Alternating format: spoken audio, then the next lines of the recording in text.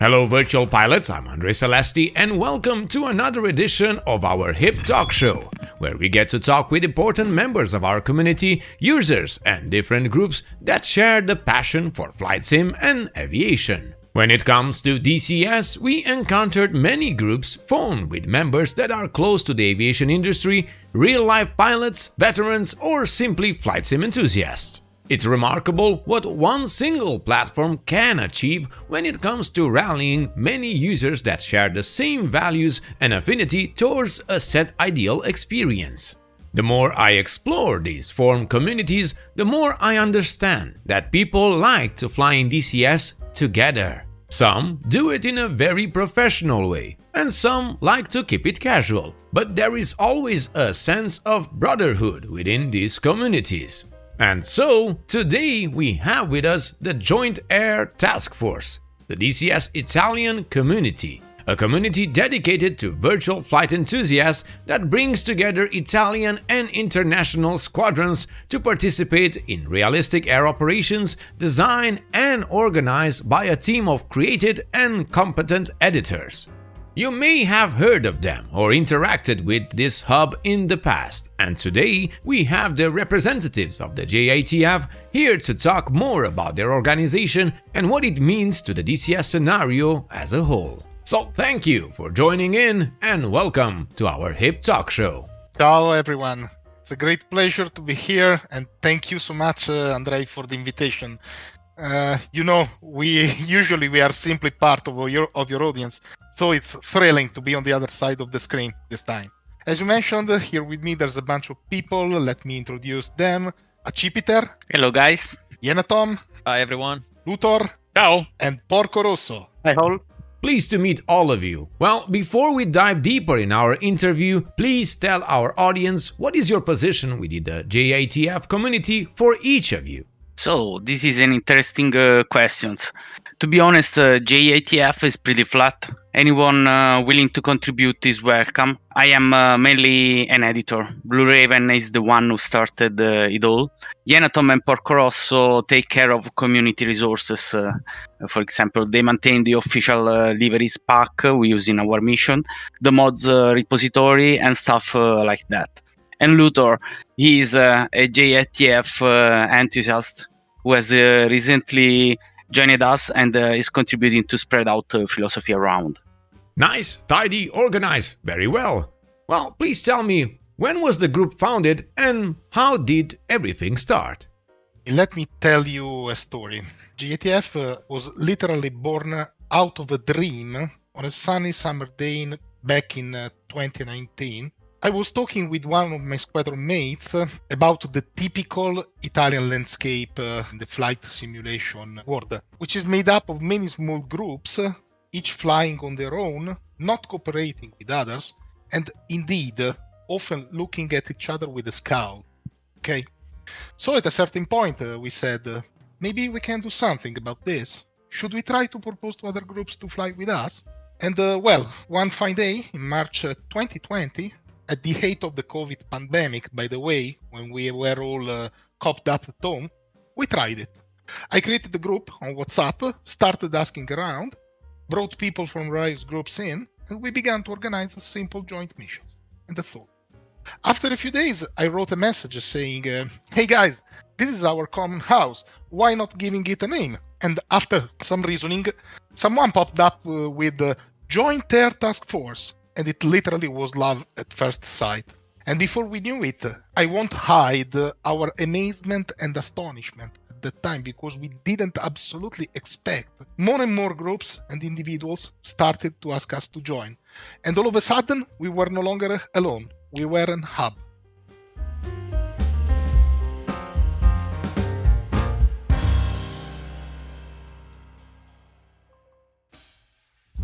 It's beautiful what happens when people come together with the same ideas and passion.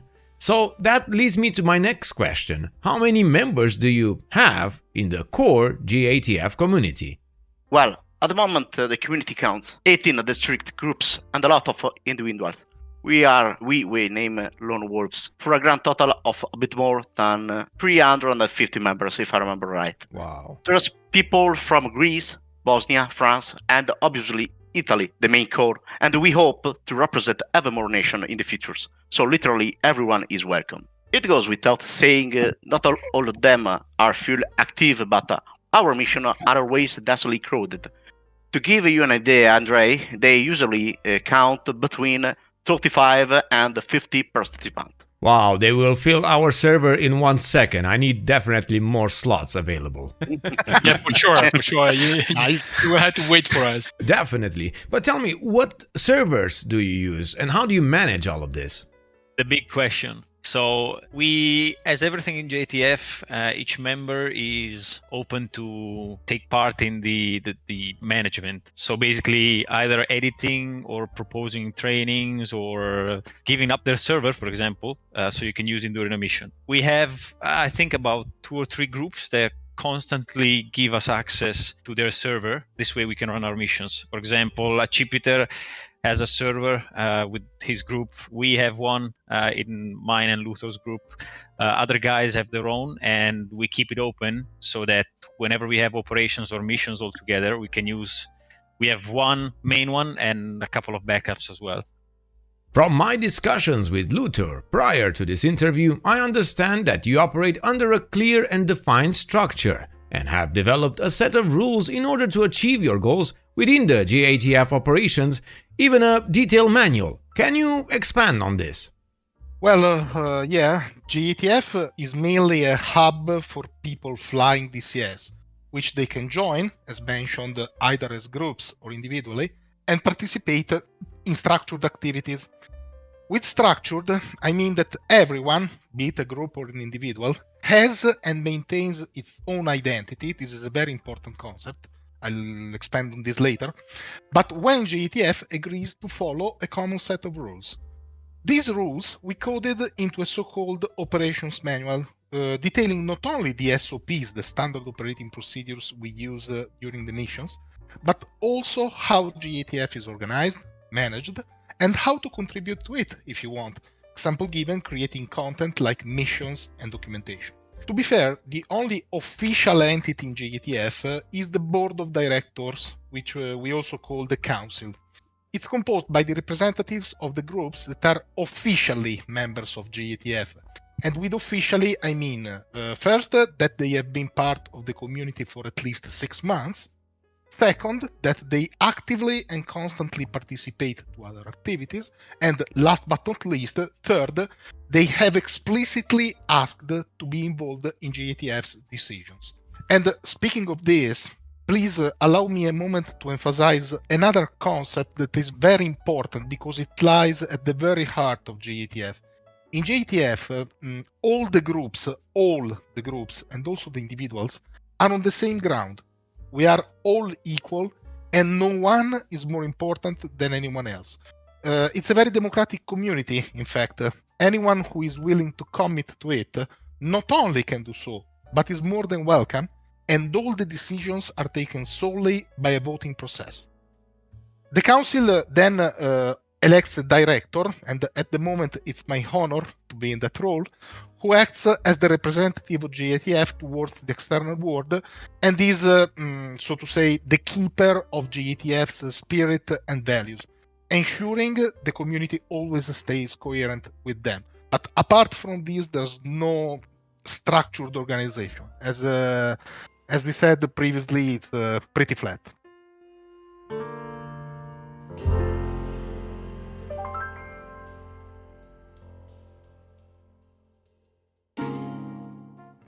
How can someone join the JATF community? What are the requirements? You just ask for it. In the end of the day, there's no formal requirement to meet. You just need a willingness to share your passion with other people. And we think that's why we were able to grow so quickly in just 5 years and continue to attract new people. A very common question when somebody joins a server: does your group use any mods? Well, it depends. At the moment, for example, we're playing a Cold War campaign where the A4, which, as you know, is one of the most known and appreciated mods which are around, plays a major role, and it's a very, very close companion to the F4 Phantom. So yeah, we use mods. but we just leave the decision to the editor.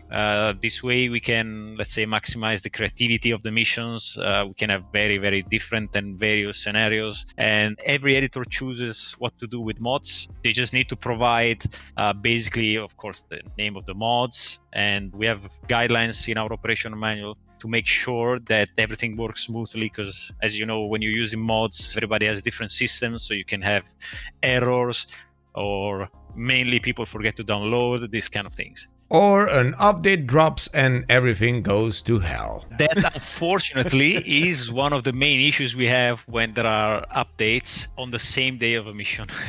Yes, it's not easy to keep track on things, and using mods in the multiplayer environment can be tricky in some cases.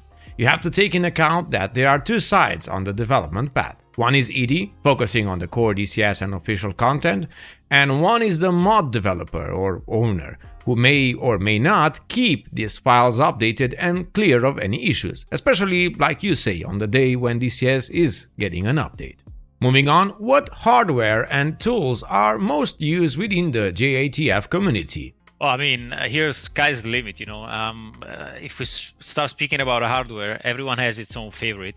So you can find every sort of thing.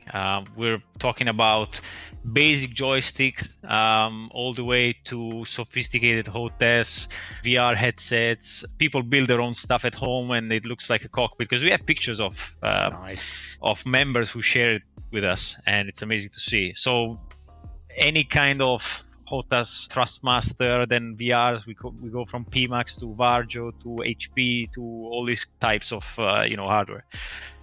Some people use TrackIR, some others use Dell and Clip, some others have their own lights on the head kind of thing, and it works.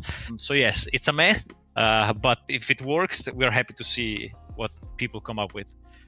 As tools, you said, we usually and officially actually use Open Mod Manager, especially for the mods and our official liveries, because it's easy to manage installation and updates and these kind of things. And then we usually have the most common, and I'm not going to say mods, but like external programs, like TACView for debriefings, SRS for in-game comms, LOT ATC for our ATC and AWACS, Combat Flight for briefings, and Open Kneeboard, voice attack, all these things basically. We also use DTC as a tool, which will hopefully become a feature, I guess. Yes, as all of these tools are being made within the community out of necessity.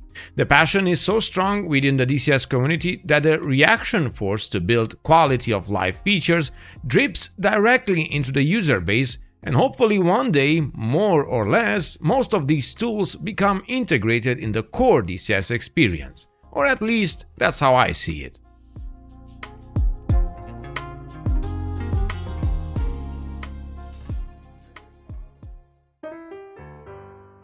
And so, please tell me, why did you choose DCS? Why not fly another flight sim? At the moment, DCS is the one and the only military flight simulator with sandbox capabilities. I mean, there's so many aircraft to choose that everyone can find what fits best for them.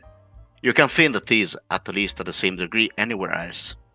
And it's always a great show when in a mission you see such a mix. Feels like it's the real thing. In the real world, you never see a single aircraft type performing all the tasks. The studio-level cockpit and their accuracy are also a plus, and is their ever-growing number of maps enable us to set mission in a wide variety and epoch and environments. What are the most played maps within your community? Okay, Andrei. Syria in our group in JATF is for sure the most used one. We really love it. It's a map. It's an amazing map. So almost everybody has bought it. Yeah. After that, we have Caucasus. That is a standard map from DCS, so everybody has. And also we use a lot Persian Gulf. That exactly in these days we have mission with Persian Gulf.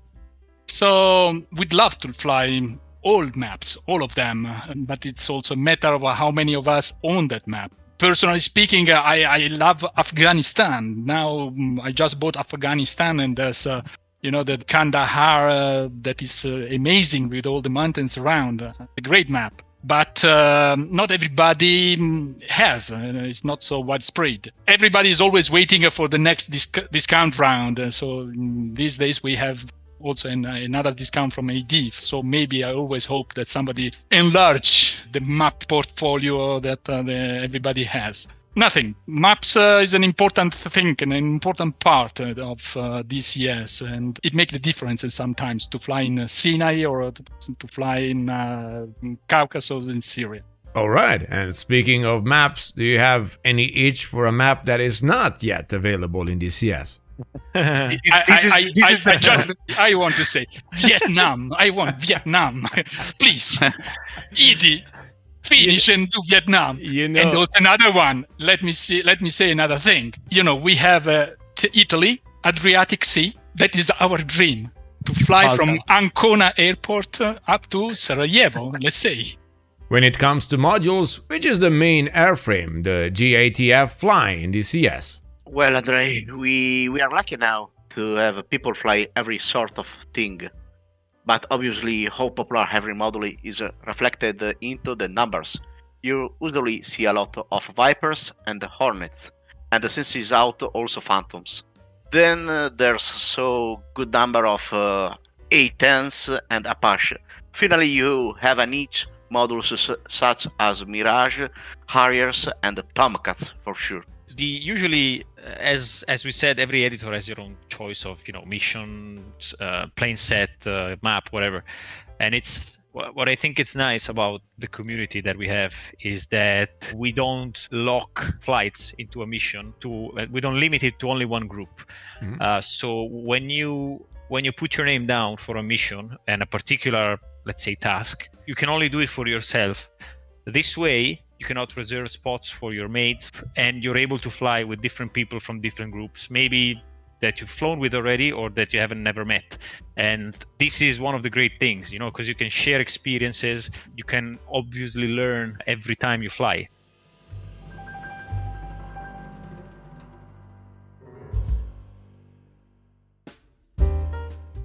What other communities you collaborate with?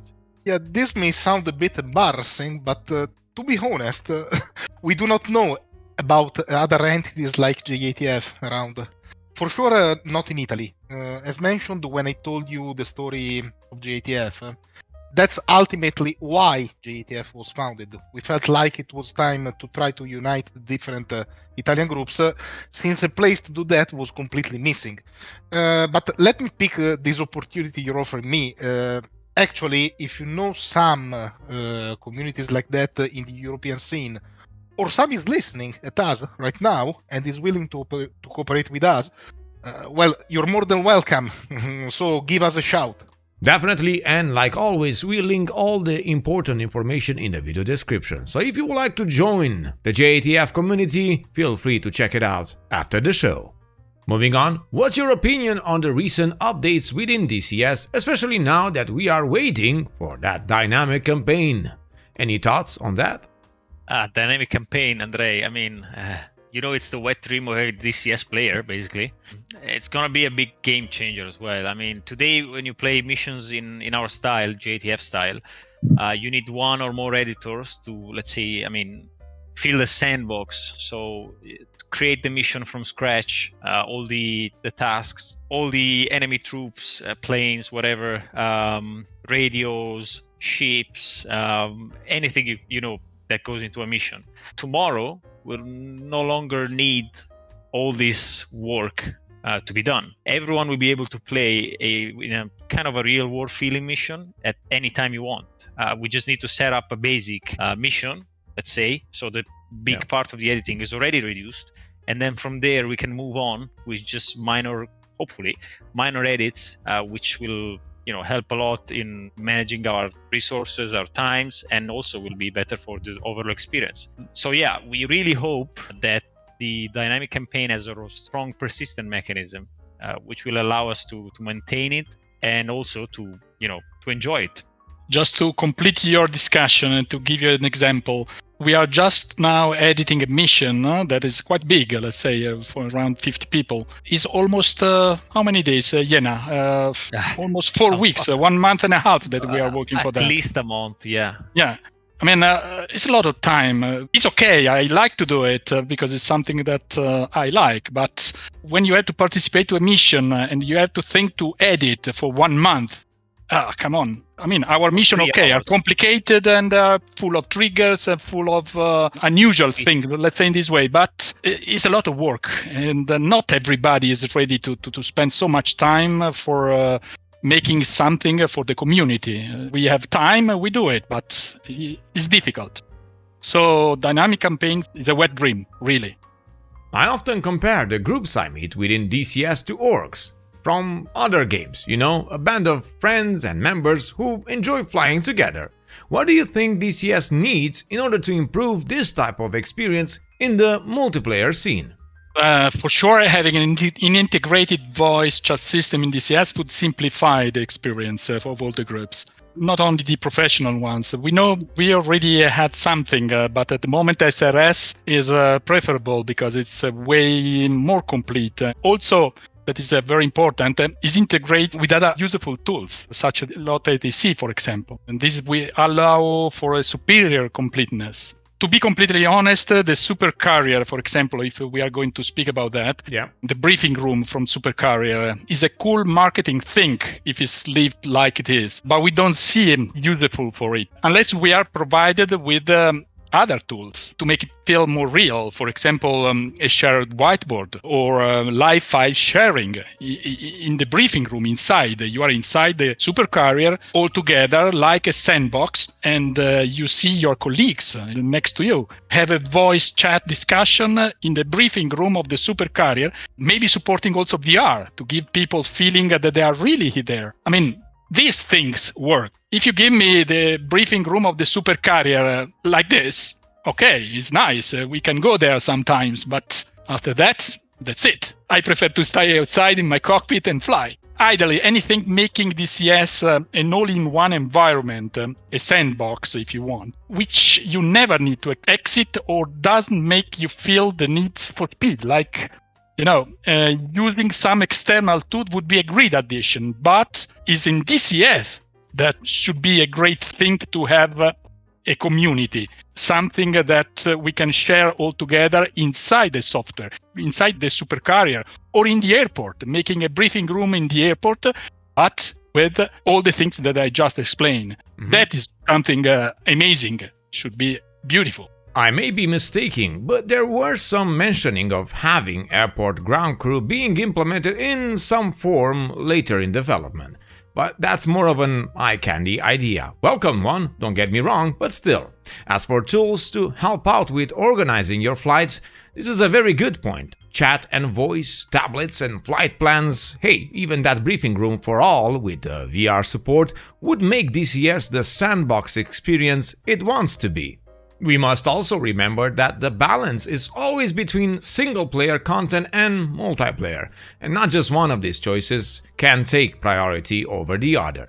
But speaking of that, tell me, what type of events do you do? Are you a PvP-focused community or a PvE one? JATF's initial focus was almost exclusively on PvE, because since the beginning we valued the realism of the simulation experience. For example, following realistic procedures, using real-world communication standards, etc. the most. That's also why we have a small but well-established group of human agencies playing the ATC, AWACS, GCI, JTAC roles in our missions. By the way, we are hiring on this. So, folks, if you like to play those roles, give us a shout. In the last couple of years, we have stepped into the PvP world, as well as nowadays we have a good balance, with approximately 70% of our mission being PvE and 30% in PvP, also with some blending with PvPvE ones. Yeah, sounds great. And do you think that it matters a lot to the community that flies in DCS if a server is strictly one version, like PvE or PvP? Yeah, not really matters in my opinion, at least my personal opinion, because I mean it's not about the focus, it's about sharing your passion and enjoying what you're doing, if you know what I mean. And for example, PvPvE is a very nice formula we use because you know in a PvP server you always know that on the other side you have humans. In the PvE scenario, you always know that on the other side you have AIs. In a PvPvE, you never know if that MiG you see on your radar is an AI or a human. And it adds to the simulation experience. It's something thrilling, something unknown. You don't know what to expect. And this definitely enriches the experience, in my opinion. And I couldn't agree more on that, as even our server that we are working on has this type of behavior, being focused on a PvE, but also you can expect human control opponents flying in the main sectors and throwing you off when expecting an AI behavior during sorties.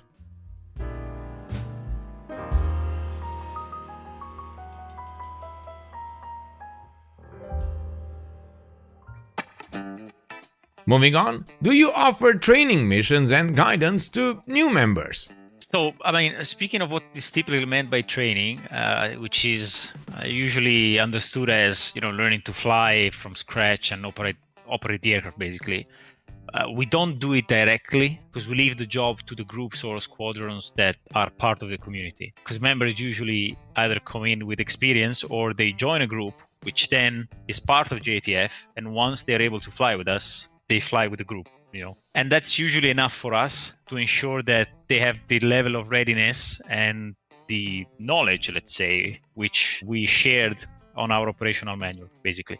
Of course, we encourage them to use it as a reference book. Every squadron has a copy of it. They can download it as many times as they want. And this way, everyone is, you know, behaving the same ways, expecting the same ways from the people who they never fly with, maybe. And if this is done with some consistency, you can see the quality, you know, in the flight during a mission. But yeah, we do provide something. I mean, roughly once a month, we try to organize some joint training events on any kind of topic, which is either BVR, IFR, procedures, comms, ATC comms, how to read the charts, for example. We did a couple of events on how to read the charts because, you know, people with no experience on these things have no idea what they're looking at if they're trying to fly any kind of approach. We did a couple of good ones. Actually did a couple about JTAC 9 lines, all the flows, and well, in general, anything that you typically don't develop when you're within a group.